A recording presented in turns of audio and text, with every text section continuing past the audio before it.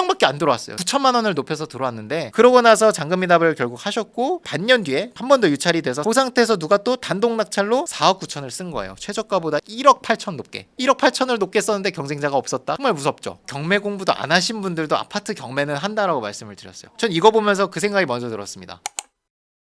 안녕하세요. 자, 오늘 주제는 말이죠. 돈 벌려고 경매를 시작했다가 돈을 날리는 사례들. 저희는 너무 좋은 얘기들만 하다 보니까 맞아요. 지나치게 용감하게 혼자 입찰을 하다가 돈을 잃는 사례들이 있을 것 같아서 주의하시라고. 교육생분들이 돈 잃었다고 연락 주시는 경우는 아직은 없었어요. 정말 솔직하게. 꼭 우리 교육생 사례여야지만 여러분들이 볼 수 있는 건 아니잖아요. 모르는 분의 낙찰 사례지만 실제 낙찰 사례를 보면서 예습을 하고 소중한 투자금을 잃지 않는 그 입찰을 하실 수 있게 좀 소개를 하면 좋겠다 생각이 들어서 가져와 봤습니다. 간단하게 정리를 하고 시작을 하면 잔금 미납하는 사례는 세 가지라고 보시면 됩니다. 첫 번째, 개인적인 사유예요. 물건의 문제는 전혀 없는 겁니다. 신용 때문에 대출이 안 나왔다던가, 신용, 소득 뭐 여러 가지 요소가 있겠죠. 잔금 넣어야 되는 돈이 갑자기 어디에 쓰이게 됐다던가, 여러 가지 이유에서 잔금을 못 내는 이유가 될 수 있습니다. 두 번째는 권리 분석. 물어줘야 되는 돈이 없는 줄 알았는데 받고 나서 세입자를 만나보니까 뭐 예를 들면 대항력이 있고 보증금이 3억이고 배당 요구를 안 했어. 그럼 3억을 그대로 떠안아야 되거든요. 떠안는 금액이 보증금을 포기하는 것보다 더 클 수도 있어요. 시세보다 이제 비싸지는 거겠죠. 손해보는 금액이 보증금을 포기하는 것보다 더 커지는 거죠. 그러면 보증금을 포기하는 선택을 하게 되는 겁니다. 자, 세 번째는 이것도 굉장히 생각보다 많습니다. 특히 빌라에서 고가 낙찰, 시세조사를 잘못해서 또는 시세조사를 잘못한 거 플러스 낙찰에 대한 너무 열망이 세져서 낙찰을 위한 낙찰을 받은 거죠. 이거 외에 여러분들이 잔금 미납할 이유는 없는 겁니다. 반대로 얘기하면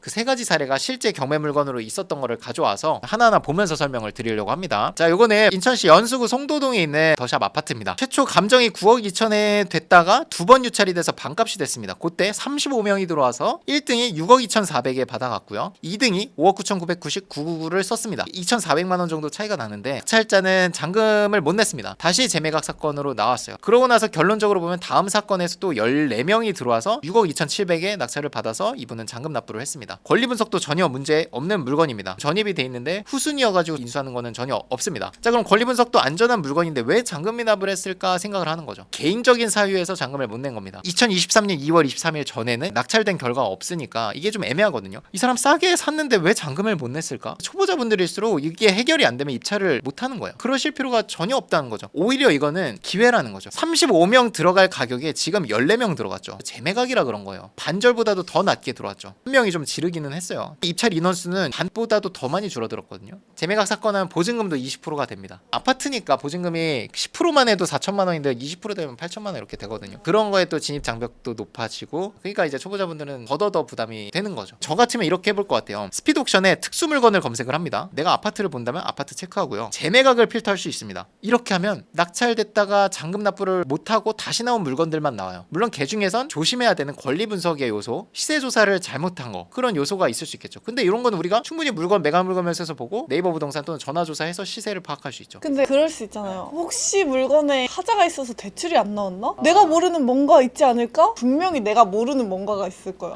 초보자 마음을 너무 잘 알고 있네. 우리가 믿어야 될 거는 매각 물건 명세서에 명시가 안 돼 있는 요소로 인해서 우리가 손실이 크게 발생하면 법원에 매각 불허가를 요청할 수 있습니다. 없던 유치권이 갑자기 생겼다던가 법적으로 정해져 있습니다. 민사집행법에 규정이 돼 있어요. 그런 요소로 인해서 낙찰자에게 손실이 크게 발생했을 때는 매각 불허가를 신청할 수 있다. 그리고 영향 주는 요소를 매각 물건 명세서에 기재해주고 다시 매각으로 진행을 한다. 이렇게 돼 있거든요. 아셨죠? 우리의 강점이라고 하면 체온이 느껴지는 그런 강의를 하는 거잖아요. 예를 들면 대출이 문제야? 상담사님 그냥 모셔가지고 그냥 상담을 시켜버리고. 자, 요 물건은 권리 분석의 오류로 인해서 잔금 미납이 2번 된 사례라고 할 수 있겠습니다. 광교 호반마을 21단. 자, 이쪽 많이 갔었는데 6억 3천짜리가 한 번 유찰이 됐어요. 4억 4천까지 떨어졌을 때 9월에 낙찰받은 거니까 9월 시세를 한번, 실거래가 당시 한 6억 5천 정도 되는 것 같습니다. 고층으로 가면 6억 5천이 좀 넘고요. 우리 물건은 저층이기 때문에 6억 초반으로 봐야겠네요. 자, 그러면 시세도 6억 3천이고 감정가도 6억 3천이네요. 그럼 한 번 유찰된 4억 4천이 굉장히 메리트 있는 최저가가 되겠죠. 자, 그랬을 때 한 명밖에 안 들어왔어요. 9천만 원을 높여서 들어왔는데 이분도 소름 끼치지 않았을까? 경쟁자 몰릴 줄 알고 9천이나 더 올렸었는데 아무도 안 들어온 거지. 여러분들 뭐 해보신 분은 아시겠지만 오싹합니다. 내가 잘못 받은 것 같아서. 그리고 실제로 이분은 잘못 받은 게 맞죠. 그러고 나서 잔금 미납을 결국 하셨고 반년 뒤에 한 번 더 유찰이 돼서 3억 800까지 떨어졌습니다. 그 상태에서 누가 또 단독 낙찰로 4억 9천을 쓴 거예요. 최저가보다 1억 8천 높게.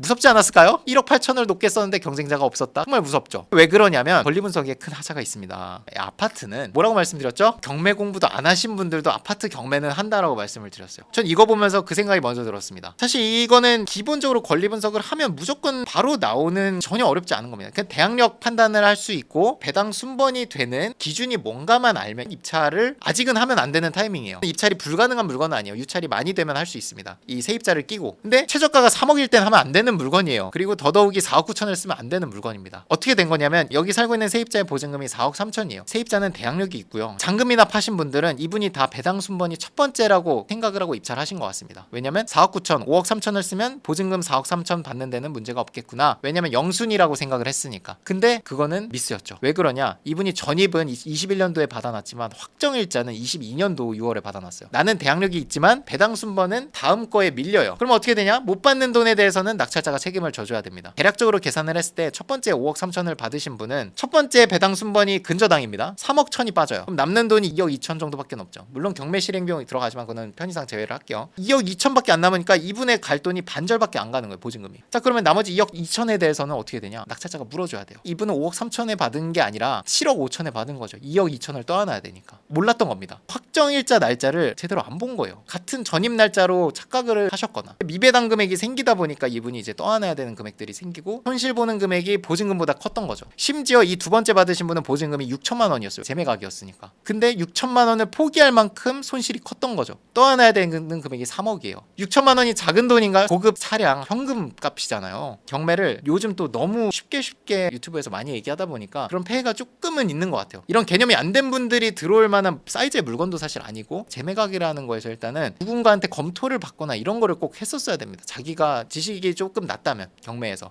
걱정보다는 6억짜리가 3억이 돼 있는 거에 더 포커스가 맞춰진 거죠. 반값에 살 수 있는 기회다. 그 생각이 크다면 내가 챙겨야 되는 부분을 좀 누락하기도 합니다. 그런 때 가장 조심해야 됩니다. 기본적으로 이런 실수를 해서는 안 됩니다. 이 실수 한 번이 경매로 낙찰받는 10번 이상의 돈 벌 수 있는 거를 한 번에 날리게 돼요. 이 한 건으로 10번 입찰해서 벌 수 있는 돈을 한 방에 날릴 수도 있는 겁니다. 우리가 레버리지를 생각한다면 3억짜리 할 수 있는 기회를 날린 거죠. 이거 입찰 불가능한 물건이 아닙니다. 유찰이 많이 되면 입찰할 수 있어요. 어느 타이밍에 해야 되냐? 4억 3천을 끼고 산다고 생각하시면 돼요. 애초에 이거를 다 떠안을 생각을 그냥 하시면 됩니다. 지금 현재 시세가 한 6억 초반 되는 것 같습니다. 6억 초반에서 4억 3천을 떠안고 살려면 얼마에 사면 돼요? 2억이 나오죠. 2억보다 저렴하게 입찰하면 됩니다. 그러려면 최저가가 지금 2억 1,600인데 한 번 더 떨어져야겠죠. 그러면 입찰할 수 있는 겁니다. 갭 투자식으로. 그러면 누가 받을 돈이 부족해요? 근저당이 받을 돈이 부족합니다. 이분들은 3억 1,500을 받아야 돼요. 근저당 못 받는 건 우리랑 상관이 없잖아요. 우리가 떠안는 게 아니잖아요. 이 대항력 있는 임차인만 떠안으면 되죠. 그걸 떠안으면 잔금을 칠 때 대출이 나오나요? 안 나오죠. 우리가 통상 얘기하는 금융권 대출은 안 나오고요. 다음 세입자 구해서 그 돈으로 드리면 됩니다. 이분 배당 요구했으니까 나가실 분이거든요. 전세 시세 한번 볼까요? 지금 전세 시세가 한 3억 7천 정도 되네요. 매물 기준으로. 3억 7천에 제 돈 6천만 원 더 얹어서 드릴 테니까 다음 세입자랑 이사 날짜 좀 맞춰주셔서 갖고 나가시면 되겠습니다. 이거는 이제 갭 투자랑 똑같아진다고 보시면 돼요. 잔금은 현금으로 해야 됩니다. 이거는 대출이 안 나. 왜냐면 소멸되지 않는 어떤 권리가 있는 거기 때문에 은행이 인지하면 대출을 안 해줘요. 다음 사례 보겠습니다. 다음 사례는 대전광역시에 있는 신선마을 아파트라는 이제 단지입니다. 고가 낙찰로 인한 잔금 미납 사례입니다. 2022년도 2월 24일 날 몇 명 입찰했는지 보이진 않지만 7억 7천만 원의 낙찰을 받았습니다. 감정가에 입찰을 누군가 했어요. 그러고 나서 잔금 미납을 하고 유찰이 된 다음에 5명이 들어와서 최종적으로는 6억 7,700만 원의 낙찰을 받아서 잔금 납부를 했습니다. 가격 차이가 지금 1억이죠. 근데 시점은 3달밖에 차이가 안 납니다. 요 당시 그러면 시세를 한번 볼게요. 22년도 2월 24일 날 이 7억 7천만 원에 받으신 분이 과연 적정한 가격을 쓴 건지 실거래를 보니까 LG 메트로시티 1차고요. 공용 면적으로 이제 131제곱미터. 22년도 시세를 보면 21년도에 사실 8억까지 갔어요. 아마 이분은 이걸 보고 입찰을 하신 것 같아요. 그러다가 1년 뒤에 실거래 찍힌 게 5억 7천입니다. 여기엔 두 가지 메시지가 있는데 시세 조사를 잘해야 된다. 지금 2월 24일 날 낙찰을 받았지만 잔금 납부하고 명도하고 나면 얼추 22년도 뭐 5월, 뭐 4월 이렇게 되겠죠. 그때 다른 평수 시세로 보면 이미 가격이 엄청나게 빠진 상태일 거예요. 요 당시에 갑자기 이제 빠진 거예요. 조사할 때까지만 해도 7억 7천이면 괜찮았을 겁니다. 겁니다. 낙찰 받고 잔금 납부하려고 봤더니 갑자기 시세가 뭐 6억 중반 이렇게 된 거예요. 그러면 보증금 사실 6천만 원 포기하는 게 손실이 더 낮은 거죠. 오히려 이분은 그 선택이 나은 선택이었죠. 지금으로서는 7억 7천에 울며 겨자 먹기로 잔금 납부했으면 6억도 회복을 못 하고 있네. 그럼 1억 7천 손실인 거예요. 사실 지금 시점으로는. 시장 전체가 이렇게 올랐다가 빠지기 시작하면 경매로 몇천 싸게 사는 거는 아무것도 아니게 더 빠지게 됩니다. 상승장에 경매로 입찰하는 것도 사실 조심해야 되는 게 정말 위험해요. 경매를 좀 기본적으로 배워야 되는 거, 시세 조사하는 거, 권리 분석에 대한 기초 정도는 배우고 입찰하셔서 투자금을 잘 지켰으면 좋겠어요. 저는 그렇게 생각해요. 정말 온라인이라든지 이런 인터넷을 통해서 들어야 될 교육이 따로 있고 수학 문제 풀고 이런 거는 온라인으로 내가 충분히 집중만 할 수 있으면 된다고 생각을 하거든요. 경매는 적합하지 않은 것 같아요. 솔직히 저도 온라인 강의가 있기는 합니다만은 이 온라인 강의에서 설명이 안 되는 요소들이 사실 너무 많아. 그렇지 않나요? 제가 오늘 법무사님 만나고 왔잖아요. 네. 전화 온 거예요. 네. 지분 강의 들으시는 분한테 네. 땅을 이제 사서 바로 매도를 성공하신 거야. 그분이 이제 계약서를 쓰러 왔는데 네. 거기서 150만 원 깎아달라 그랬대. 솔직히 초보자 입장에서는 이 계약이 파토나면 넥스트가 없을 것 같거든. 네. 근데 법무사님